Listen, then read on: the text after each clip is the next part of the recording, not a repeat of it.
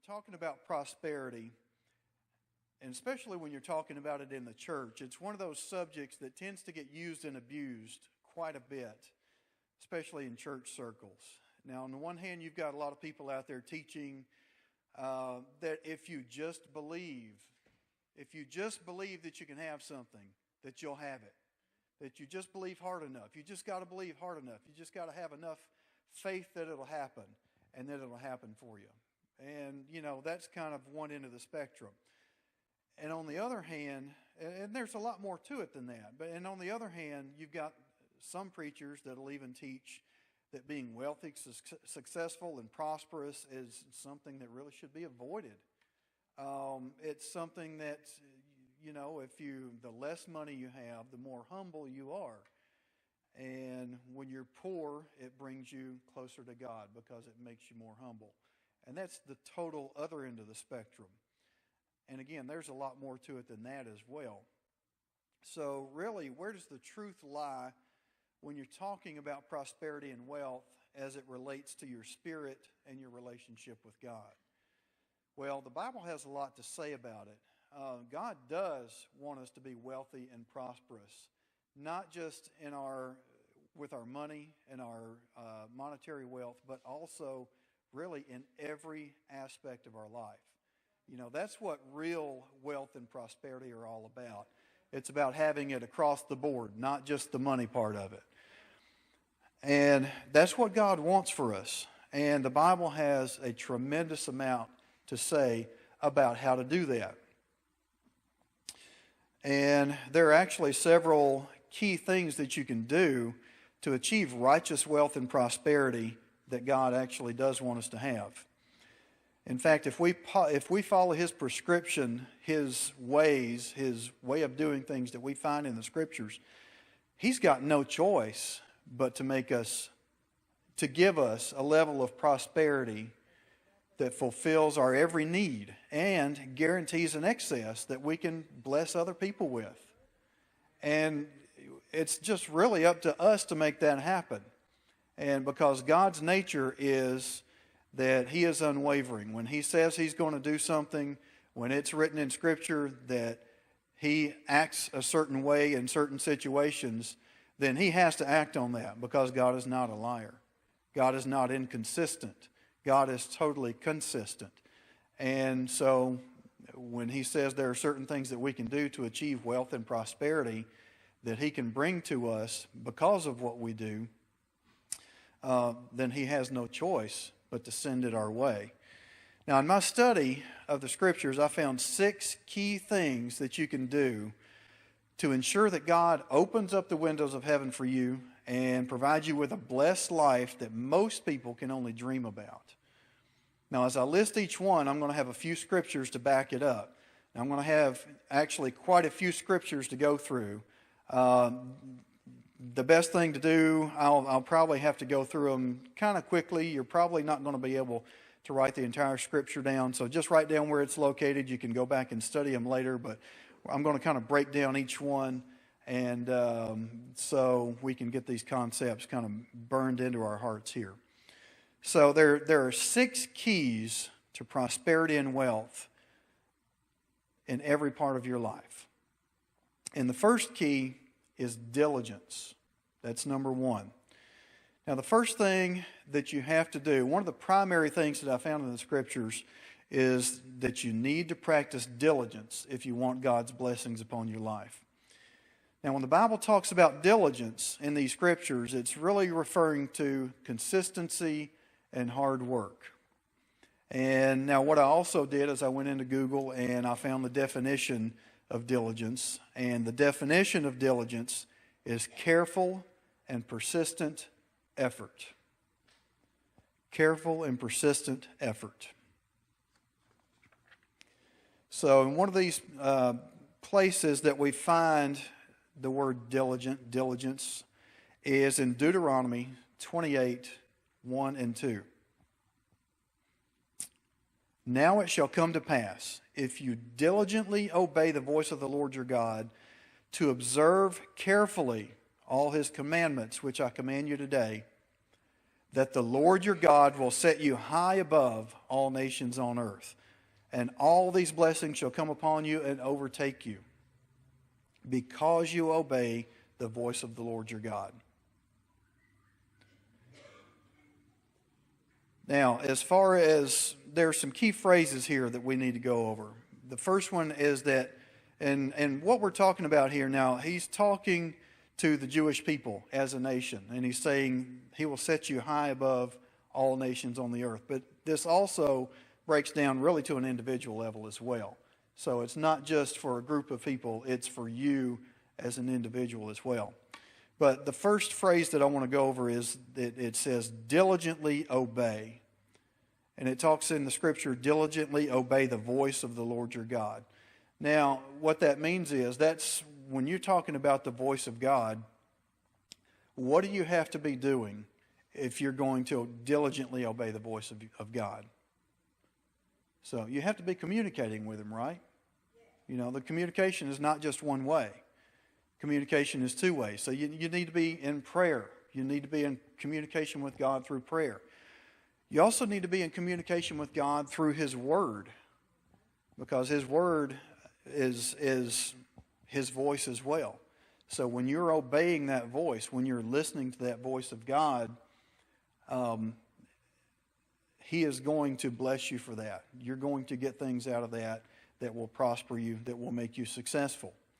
And it also says to observe carefully all of his commandments. So kind of the same thing. You need to be listening to him, but you also need to be taking action. You need to be doing those things. And when you're doing those things that he commands, again, he has no choice but to bless you for that. And the coolest part of this verse is that all of these blessings shall come upon you and overtake you. Now, isn't that cool?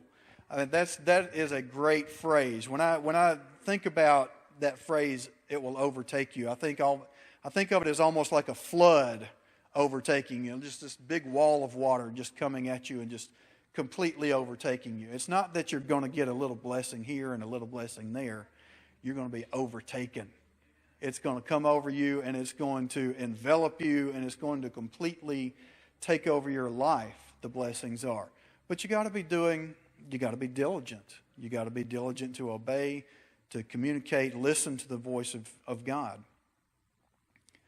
So that is just, I just love that overtaking. The next verse about diligence is Proverbs 10, 3 and 4. Proverbs 10, 3 and 4. The Lord does not allow the righteous to go hungry, but he thwarts the craving of the wicked. A slack hand causes poverty, but the hand of the diligent makes rich.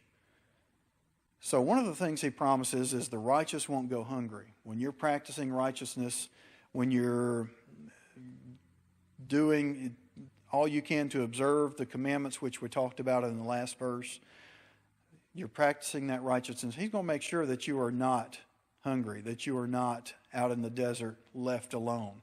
Now that means physical hunger, but it also means spiritual hunger as well. So he's not going to let you go hungry. He's not going to let you wither and die. And when you're diligent, let's see here. It says the hand of the diligent makes rich. And now when we're talking about diligence here, one of the things that I found in studying this verse is when it's talk about the hand of the diligent makes rich, it's not just talking about hard work. It's not just talking about, let's say, going to your job every day and making money. But it's also talking about a deeper level. It's also talking about being diligent about pursuing spiritual things, godly things. And when you do that, he's obviously going to reward you for that. But it also says a slack hand causes poverty. Now, when you're not seeking those things, when you're lazy about seeking God and godly things, and also when you're lazy at work, well, you're not going to get wealthy doing that. You have to be diligent. A slack hand is not going to get you anywhere. You got to be on fire, you got to be moving, you got to be going, and you got to be seeking God and working hard in everything that you do. And that's what brings wealth and prosperity. God blesses that. And it says so right here. Now the next verse is Proverbs 13:4 and 11 through 12, and 11 and 12. The soul of a lazy man desires and has nothing, but the soul of the diligent shall be made rich. Wealth gained by dishonesty will be diminished, but he who gathers by labor will increase. So this also talks about being diligent, it says the soul of the diligent shall be made rich. So that's more talking not as much about the monetary wealth, but about your soul, your spirit, your spiritual side. And it also says wealth gained by dishonesty will be diminished. So yeah, you can be diligent about getting wealth, but if you're not doing it honestly, and if you're not doing it using God's principles, if you're not doing it in the name of God, then it's going to dwindle away. You might have it for a season, you might have it for a time, but it's not going to last because it's not from God. And so you have to be very careful about that. There are so many people out there that are very successful, and they've done very well for themselves in every area of their life, but they haven't done it honestly. And eventually that catches up with them.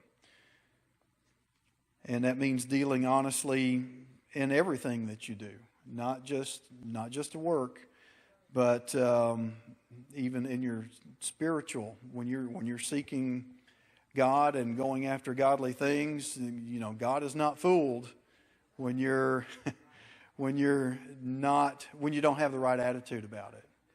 So again, you got to be careful. You have to be honest about it. Now, the next key to biblical wealth and prosperity, number 2, is that you need to seek God in everything. So now this kind of goes along with diligence, and that seeking God should be a constant in your life if you ever want God's blessings to be upon you. If you want any kind of prosperity, seeking God is one of the primary things that you have to do. So it's absolutely one of the most important keys in having the wealth and prosperity that God brings. And one verse that goes along with that is 2 Chronicles 31, 20 and 21. 2 Chronicles 31, 20 and 21. Thus Hezekiah did throughout all Judah, and he did what was good and right and faithful before the Lord his God. And in every work that he began in the service of the house of God, in the law and in the commandment, to seek his God, he did it with all his heart. And so he prospered. So what did Hezekiah do? He did what was good. He followed God's commandments. He did what God told him to do. And he did it with all his heart. He was diligent about it. And because of that, it says, so he prospered. You know, yet another verse that proves that when we do the right things, when we seek God, when we are constantly in pursuit of God and godly things, that he's going to make sure that we prosper. So another one that goes with seeking God is Psalm 1, 1 through 3. Blessed is the man that walketh not in the counsel of the ungodly, nor standeth in the way of sinners, nor sitteth in the seat of the scornful. But his delight is in the law of the Lord, and in his law does he meditate day and night. And he shall be like a tree planted by the rivers of water, that brings forth fruit in his season. His leaf also shall not wither, and whatever he doeth shall prosper. So one of the key phrases there is to delight in the law of the Lord. And delighting in the law of the Lord is seeking God. It's making sure that you are, when you're delighting in the law of the Lord, you have a good attitude about seeking God. You're diligently seeking him. You're making sure that his ways are ingrained into your life.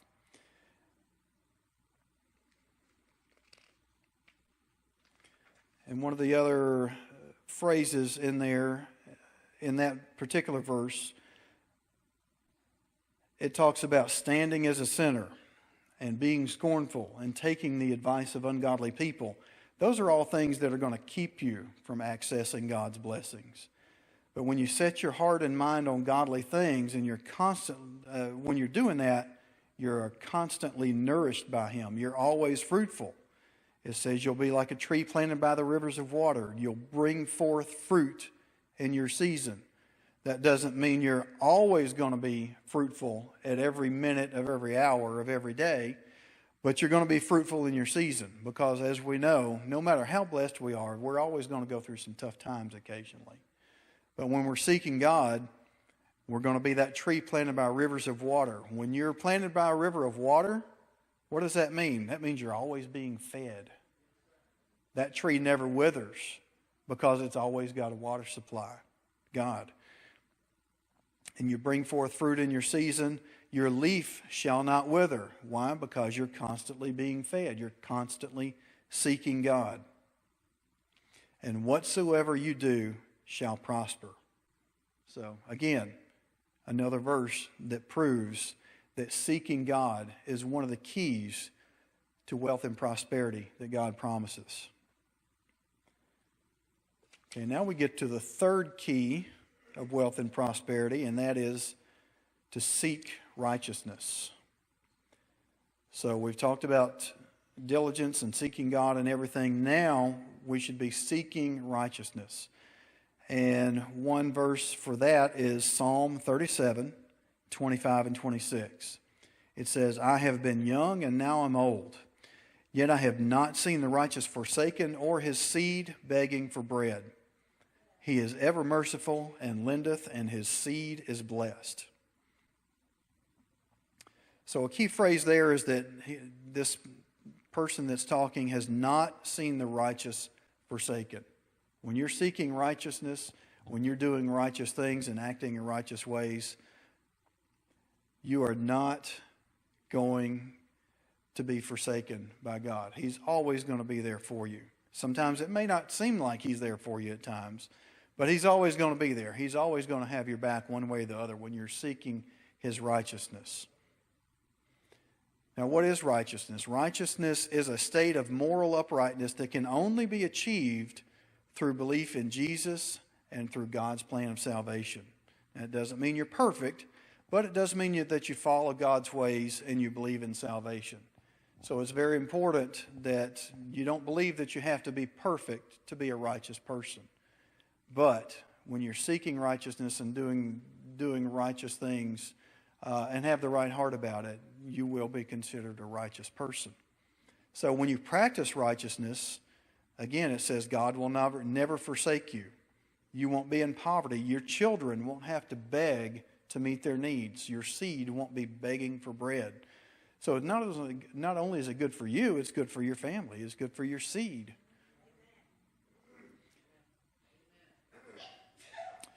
And it says the person that practices righteousness is ever merciful. You will have the ability, a greater ability, to be merciful to people. You will lend. You will be the lender. You will not be the borrower. You will be the lender. And your seed will be blessed, meaning it's going to multiply and flourish, and it's going to meet all your needs and even be in excess, because that's what seed does. When your seed is blessed, it multiplies. Another verse about seeking righteousness is Proverbs 8, 18 through 21. And it says, riches and honor are with me, yea, durable riches and righteousness. My fruit is better than gold, yea, than fine gold, and my revenue than choice silver. I lead in the way of righteousness, in the midst of the paths of judgment, that I may cause those that love me to inherit substance, and I will fill their treasures. So this is a good verse, but it's talking more about physical wealth. It's talking more about money, monetary things. And it talks about durable riches. So it says, riches and honor are with me. When you go with God, when you're doing the right things and worshiping God and doing all these things that we're talking about here, It says you're going to have durable riches and righteousness. You're not going to have temporary riches. They're going to last. It's going to hang around. It's going to multiply. It's going to be there always. And so who doesn't want durable riches? I mean, come on. You know, it's too many of us are living paycheck to paycheck. We may have a good lifestyle, but when you're living paycheck to paycheck, that's not durable riches. That's just making it. You know, and that's what most people in this world are doing, the vast majority. Believe me, I study this constantly, and I get emails from people constantly who are living paycheck to paycheck because they're not doing these things that we're talking about here. Walking in God's path for your life brings riches and honor. That's what this verse is all about. It means you're going to have riches in everything, not just the material wealth, even though this particular verse is more about material wealth. And it talks about He leads you into righteousness. And when you follow, you're going to have those durable riches. So follow His lead. Always be there behind Him, behind God, and following what He has for you to do. And when you do that, those riches will follow. Now we come to the fourth key of wealth and prosperity, and that's to keep His commandments and walk in His ways. Number 4, keep His commandments and walk in His ways. Now, keeping God's commandments is extremely important to leading a good Christian life. We all know that. We're supposed to keep the 10 Commandments. We're supposed to keep the laws of the Bible and everything that the Bible holds dear. But does it really result in wealth and abundance? Well, of course, we're starting to see that now, and we're going to get into that a little bit more in Psalm 23:1. Very simple. The Lord is my shepherd; I shall not want. How many times have we heard that? But do we really think about what that means? When the Lord is your shepherd, when you're following God, you shall not want. He's going to provide for you. He's going to take care of you. He's going to be your shepherd and provide for your every need. It's that simple. The next verse for keeping His commandments and walking in His ways is 1 Kings 2 and 3. 1 Kings 2 and 3. And these are some of David's instructions to Solomon as he was dying. And it says, and keep the charge of the Lord your God, walking in His ways and keeping His statutes, His commandments, His rules, and His testimonies, as it is written in the law of Moses, that you may prosper in all that you do and wherever you turn. So let's think about that. Walk in His ways. David is telling Solomon that if he wants to be successful, if he wants to be prosperous in every area of his life, he has to walk in God's ways. And why does he say that? He says that if you do these things, you shall prosper. Now think about this. Who was Solomon? Obviously, Solomon took this advice very well, because Solomon is considered to be the richest man that ever lived, and the wisest man too. And a lot of that, or all of that really, was because he kept statutes, the commandments, the rules, the testimonies, as it's written in the law of Moses. He took his father's advice, and he took it, he obviously did very well with it. But as it says right here, when you do those things, you're going to prosper in all that you do. And you're going to prosper wherever you turn. So that's pretty neat. It doesn't matter what path you go down, you're going to prosper as long as you're doing those things. So another verse for that is Psalm 84, 11 and 12. Psalm 84, 11 and 12. For the Lord God is a sun and shield. The Lord will give grace and glory. No good thing will He withhold from them that walk uprightly. So again, we see that if we're walking uprightly, if we're heeding God's commandments, if we're walking in God's ways, no good thing will He withhold from them that do that. And so that's another proof that God is going to take care of you when you're doing the right things. And He's going to ensure that you have wealth, because obviously wealth is a good thing. God is the light that lights our way and protects us. And when you're doing those right things, it allows Him to extend you grace when you need it and to bring all good things your way. So now we also get to Psalm 1, 1 through 3. Psalm 1, 1 through 3. Blessed is the man that walketh not in the counsel of the ungodly, nor standeth in the way of sinners, nor sitteth in the seat of the scornful, but his delight is in the law of the Lord. And in his law does he meditate day and night, and he shall be like a... Whoa, I've already done that one. I thought I had deleted that back out of there, but obviously I didn't. So we'll skip that. How about it? Okay, well, let's go to the next one. Leviticus 26, 3 through 5. Leviticus 26, 3 through 5. If you walk in my statutes and keep my commandments and perform them, then I'll give you rain in its season, the land shall yield its produce, and the trees of the field shall yield their fruit. Your threshing shall last till the time of vintage, and the vintage shall last till the time of sowing. You shall eat your bread to the full and dwell in your land safely. So again, one of the key phrases here is walking. If you walk in my statutes and keep my commandments. Now what's going to happen when you do that? It says here, it gives a list of things. I'll give you rain in its season. I'll give you rain when you need it. The land will yield its produce. You will be productive. The trees of the field shall yield their fruit. And that, again, that's talking about seasons. You know, when you produce fruit in seasons, you don't necessarily produce fruit all the time. But when it's time for that fruit to happen, it will happen. And it will be productive. Your threshing shall last till the time of vintage. So what is threshing? That's harvesting. That's harvesting the crop. And when you're doing that, you're bringing in food. You're bringing in gain. And it says your threshing shall last till the time of vintage.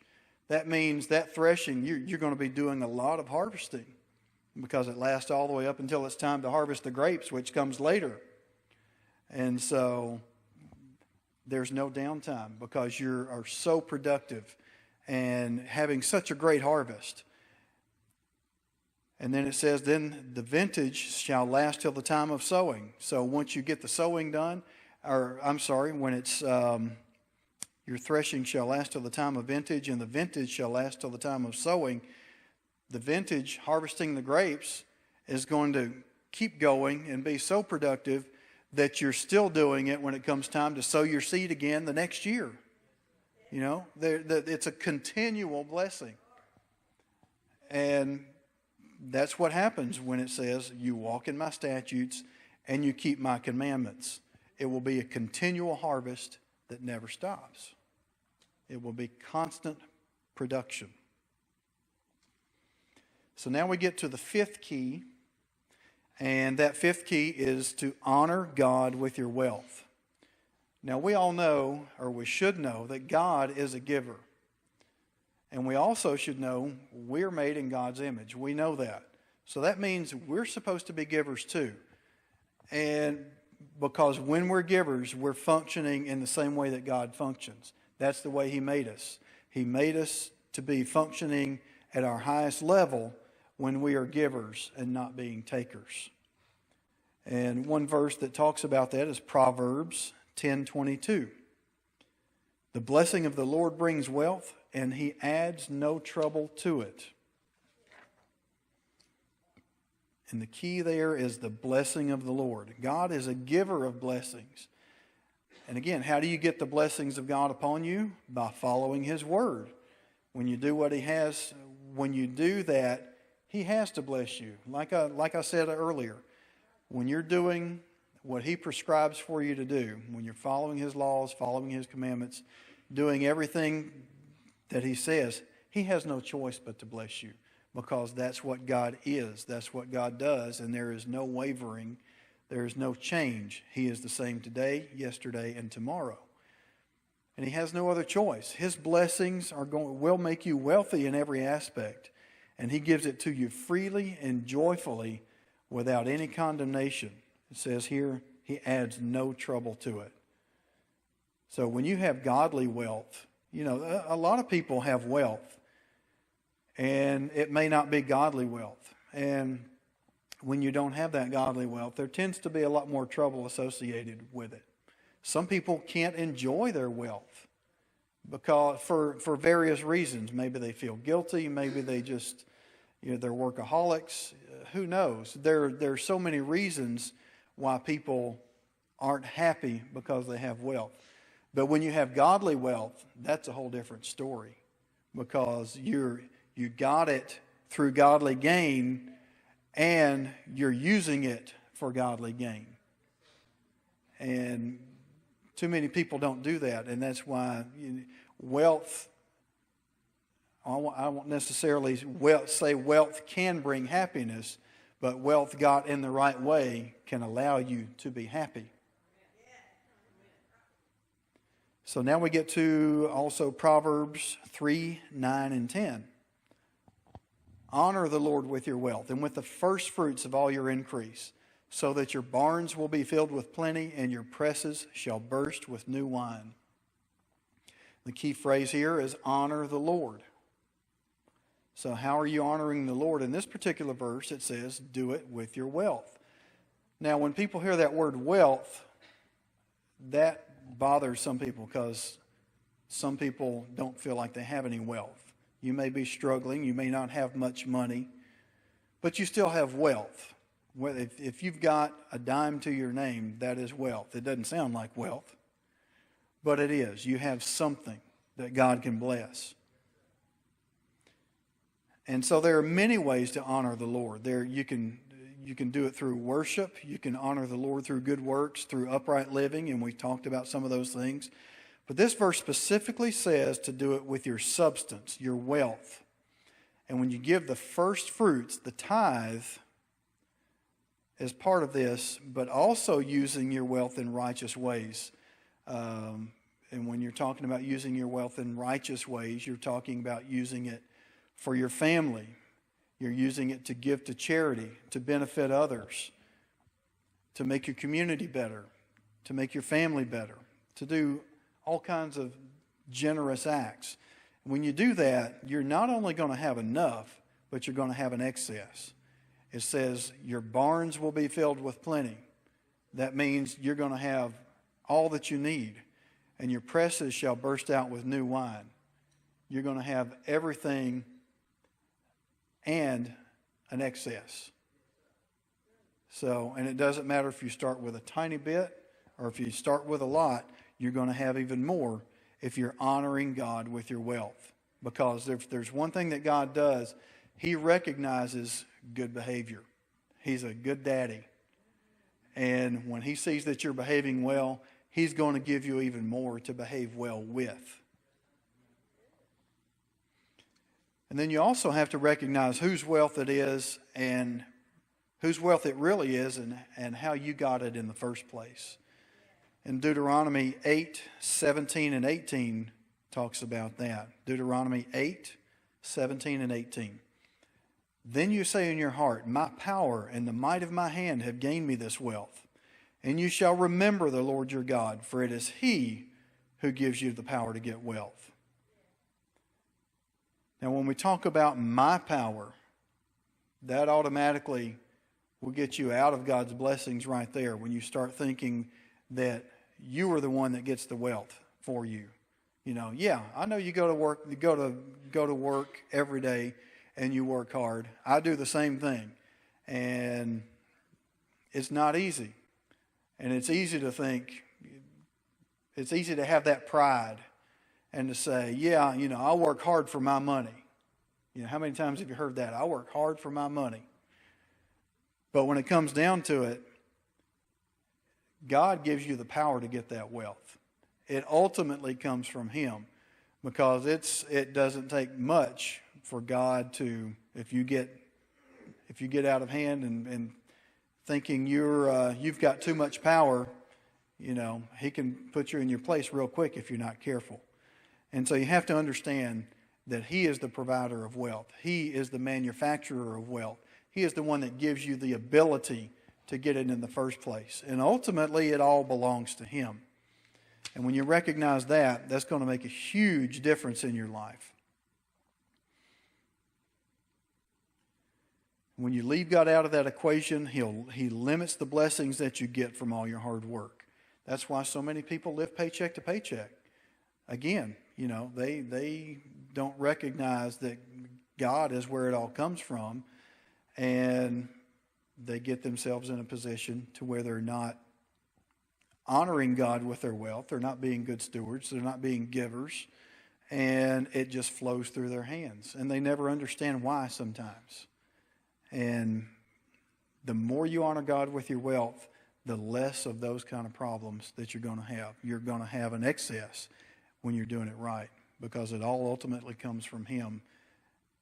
And when you recognize that, things will turn around for you. So another verse dealing with that is Proverbs 11:25. Whoever brings blessing will be made rich, and he who waters will also be watered himself. And that's another form of giving. That's not necessarily monetary giving, but it's being a blessing to others is a way to give.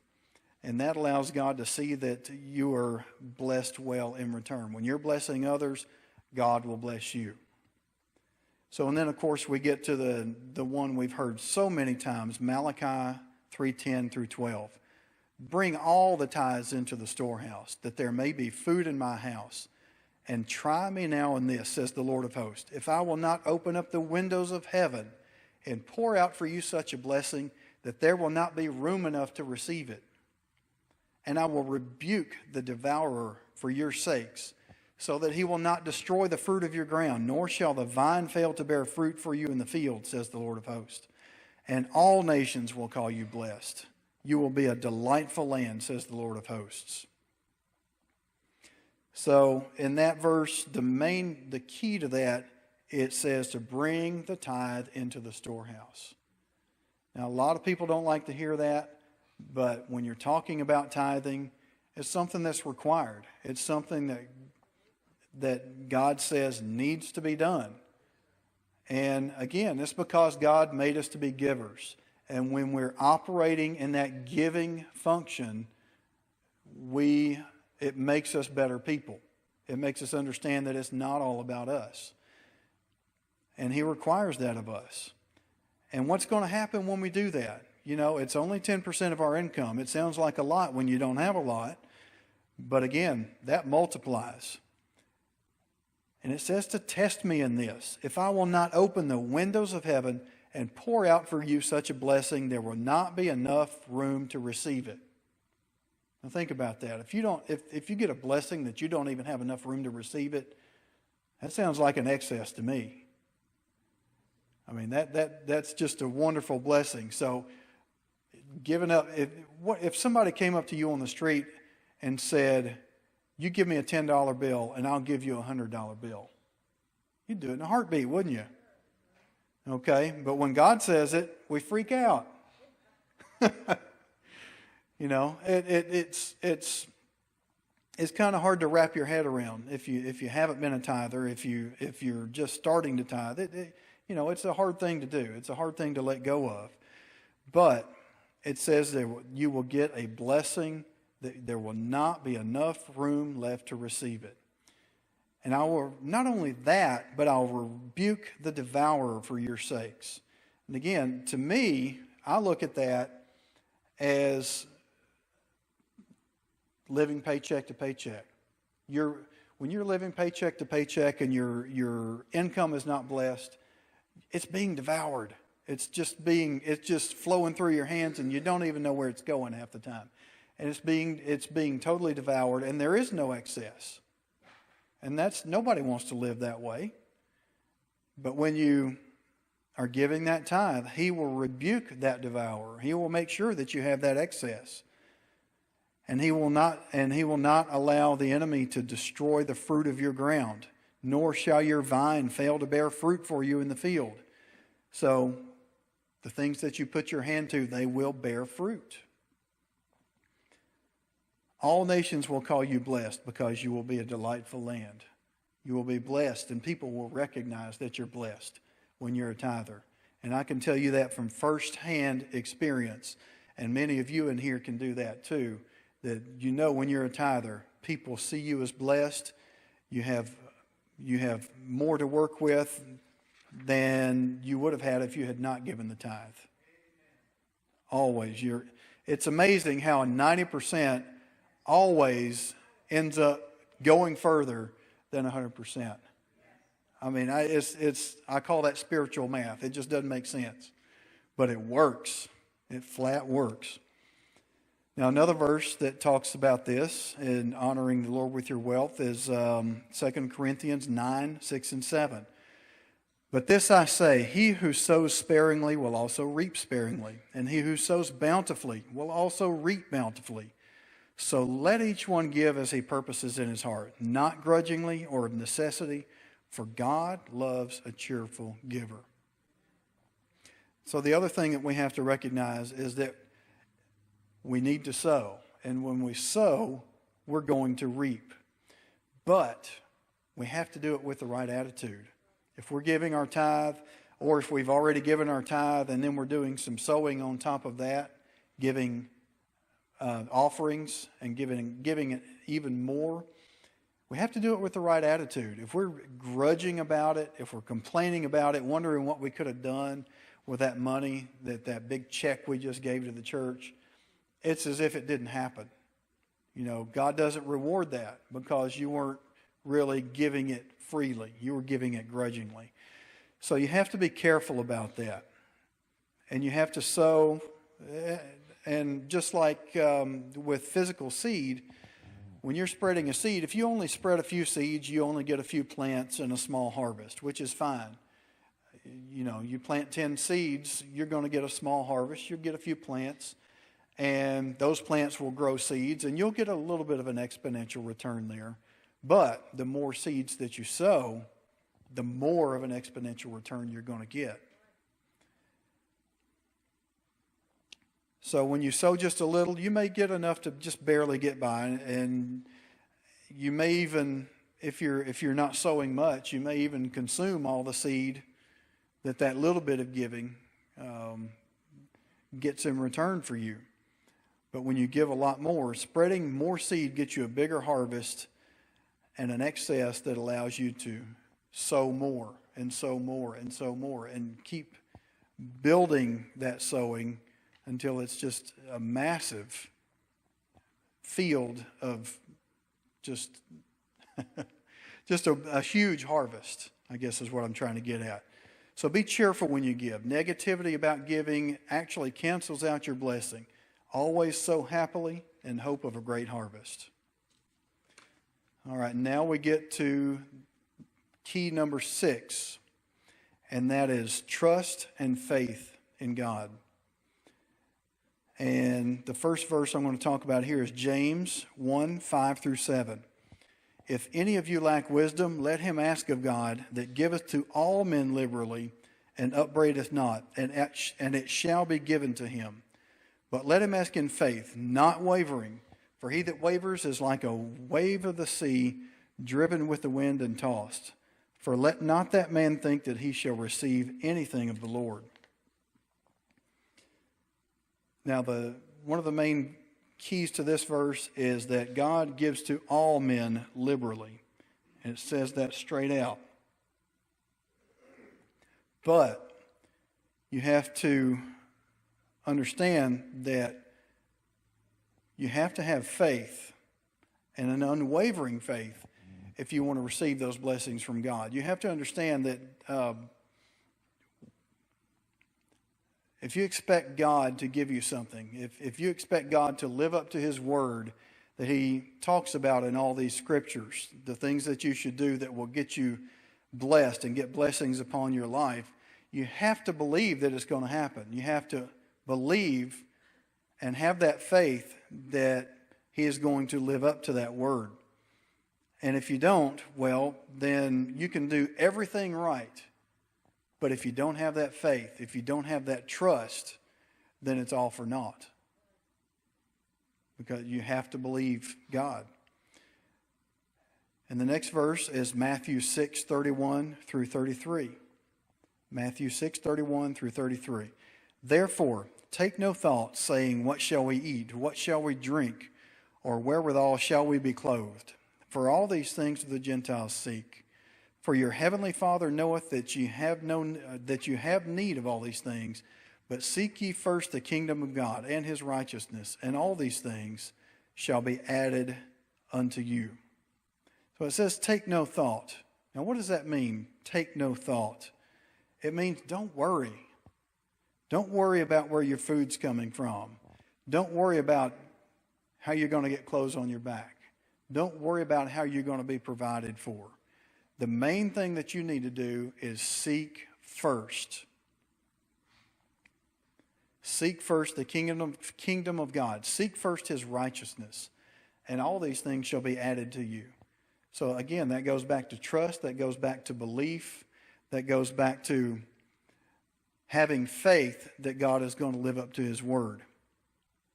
So if you're sitting around worrying about what you're going to have, how you're going to make it, then worry is a prime indicator that your faith is not working. And let me tell you something. We've all had to deal with that at some point in our lives. And I can tell you, I've had to deal with it a lot. And, I tend to hold a lot of stress in. I'm one of those kind of people. And I've had to finally learn over the years that worry will get you nowhere. Worry is one of the things that got me 3 heart attacks. So I've learned to chill out a little bit and trust. And it's a hard thing to do. But God will get your attention when you don't. So I can tell you that firsthand. So seek him first, and he will make sure to provide for your needs. That's what this verse says in short. Now the next verse is Titus 3:8. And it says, This is a faithful saying, and these things I will that thou affirm constantly, that they which have believed God might be careful to maintain good works. These things are good and profitable unto men. Good works are one mark of a good believer, and they're profitable to you and those that and for the people that you do them for. God recognizes those and rewards them, but only if you trust that He's going to allow you to be a blessing to those people. So you have to believe God that and so that you're careful to maintain good works, because they are profitable. The next verse is Jeremiah 17:7 and 8. Blessed is the man who trusts in the Lord, and whose hope is the Lord.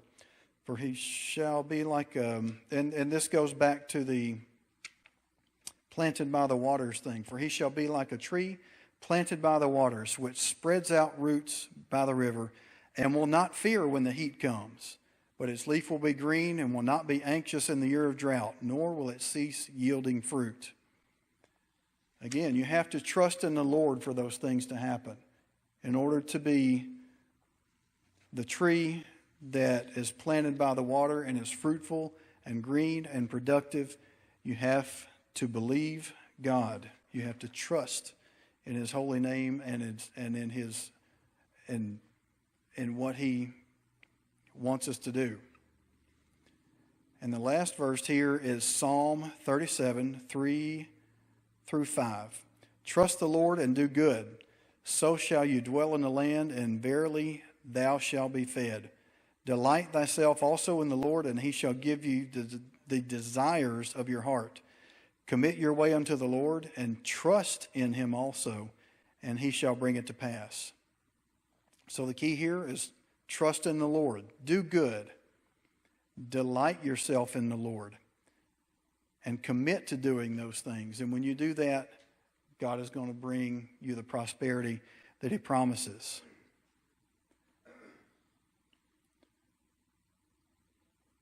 When it says commit, it means don't be double-minded or wishy-washy. Non-committed people don't get very far at anything in life or with God. So that's part of being trusting of God and having that faith, is you have to commit to it. You can't have it sometimes and not have it at other times and expect to reap the benefits of it. You have to commit. And when you do these things, He will give you the desires of your heart, and He will bring it to pass. Okay, so those are the 6 keys to ensure prosperity and wealth.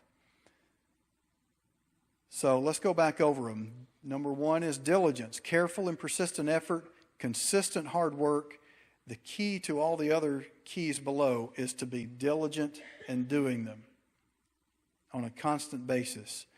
Number 2, seek God in everything. Always seek to please God and delight in His ways. Seeking His guidance and will in your life allows Him to guide you and bless you. The third one, seek righteousness. Always seek to live an upright life. Number 4, keep His commandments and walk in His ways.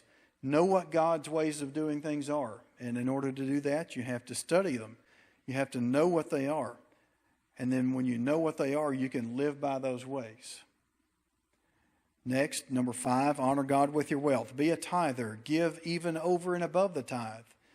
We're made to be givers, and when we do, it opens up God to do huge things in our lives. And then the 6th one, have faith and trust in God. Giving every concern over to God is a hard thing to do. But when you do it, it allows Him to act on your behalf better than you could ever do for yourself. Trust that what His Word says will come to pass when you're doing the right things. So, these are the 6 keys that I came up with. Now, I'm sure there are plenty of other things that you can do to ensure God's blessings upon your life, but I think these 6 are the most important ones that I found in the couple of days that I had to study for this. But I think they're especially important because you find them repeatedly in the Scripture. You find them in the Old Testament, you find them in the New Testament, you find them all over the place consistently, these 6 things that God wants us to do and expects us to do if He wants to be able to bless us.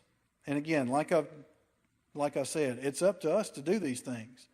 And that's what's going to release God's blessings in our life. God cannot bless us until we're doing those things that He says we should be doing. So God can't do it without you. And that's all I have.